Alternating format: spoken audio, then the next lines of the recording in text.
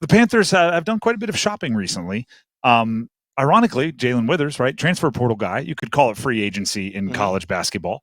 The Panthers spent a boatload of money on defense over the past couple of days where free agency opened up with the legal tampering period. I thought this would be a fun exercise. Okay.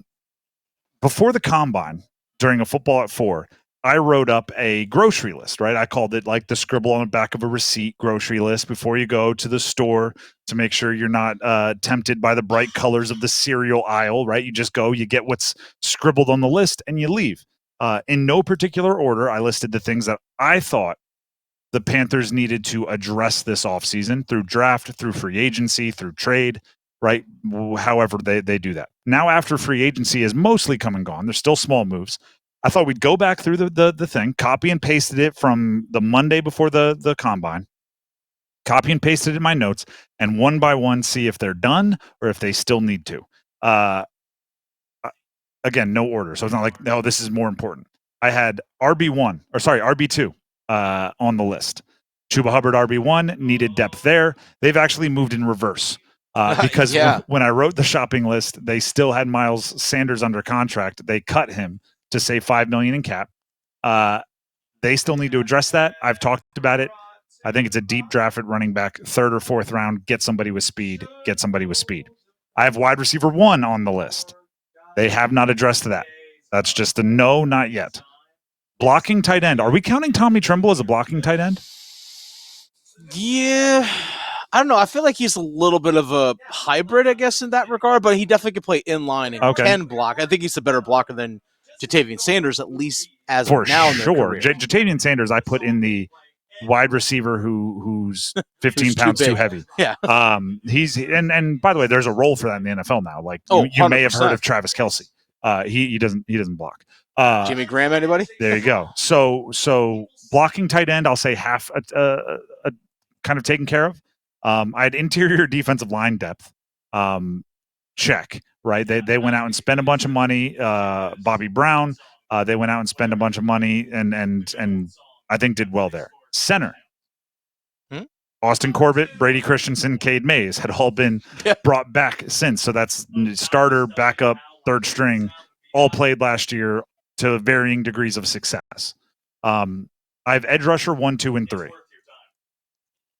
I think they got an edge rusher maybe 3. Yeah. Bringing in Pat Jones from Minnesota.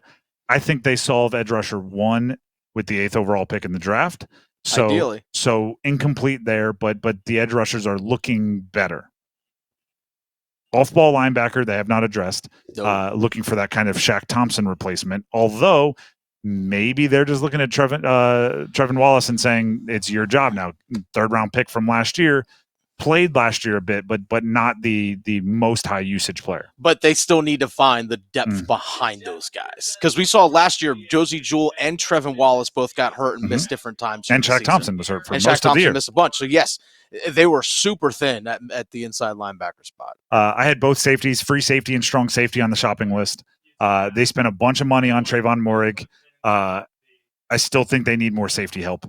No, 100%. I still think they and I'm not even sure you want a rookie playing safety back there unless you really trust Moehrig to take him under the wing and spoon feed him the defense there for a little bit. Because, I mean, safeties and the mind games you play and disguises you play with NFL quarterbacks, it's high-level stuff.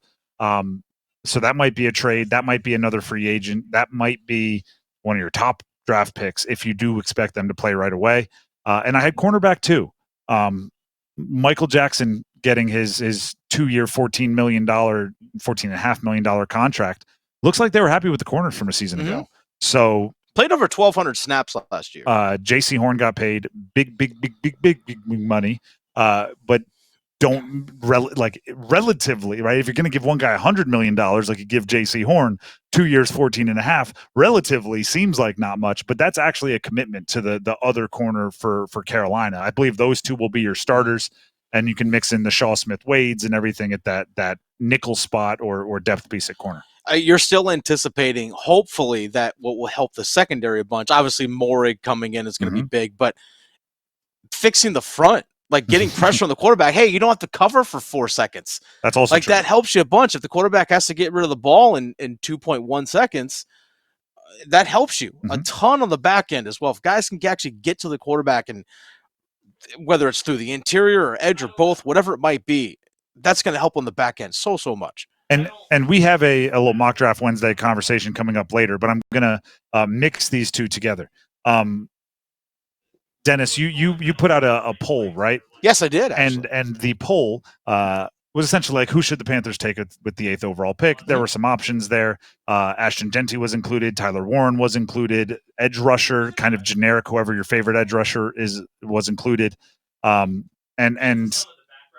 here's my take on it. As well as Tedero McMillan. Wide receiver. And I can give you the poll results. All right, let's hear them quickly. All right, so fans, again, I posted this on X yesterday. The poll's already done, but 52.6% of people said top edge rusher available. 23.4% said Tedero McMillan, the wide receiver from Arizona.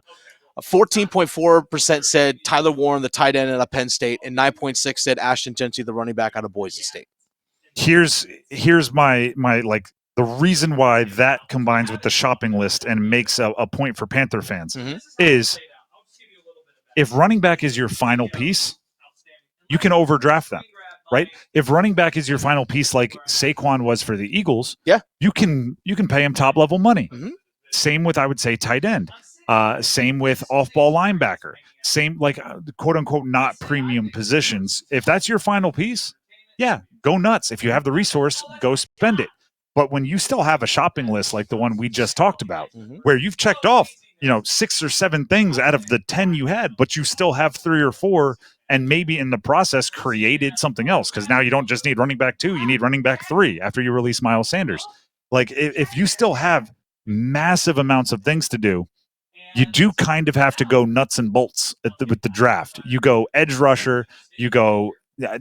if your needs are different, if you're a different team with a bunch of needs, you go offensive line, you go wide receiver, you go edge rusher, interior defensive line. So I'm looking at the Panthers and I'm saying, out of the obviously you pick those polls, the options out of what the fan base is mumbling. It's the edge rusher or McMillan. And it's only McMillan if you think he is fits in with the Jamar Chases and the top guys that have been drafted recently, Malik Neighbors, Marvin Harrison Jr. If you don't think he's there, it's edge rusher. Just go nuts and bolts with it. Hit a guaranteed double, maybe a home run over perhaps a grand slam, perhaps a strikeout. Like that's what you're looking at, because you still have so many darn needs. You just can't miss too often at the top of the draft. And with last year, maybe injury with Xavier Legette. Still waiting to see. If you missed on that one and you missed on Jonathan Brooks, definitely injury with Jonathan Brooks. You can't go 0 for with first and second picks in consecutive drafts. So double, choke up, crowd the plate, right? Like, go get yourself a double with an edge rusher. Get on base is the way.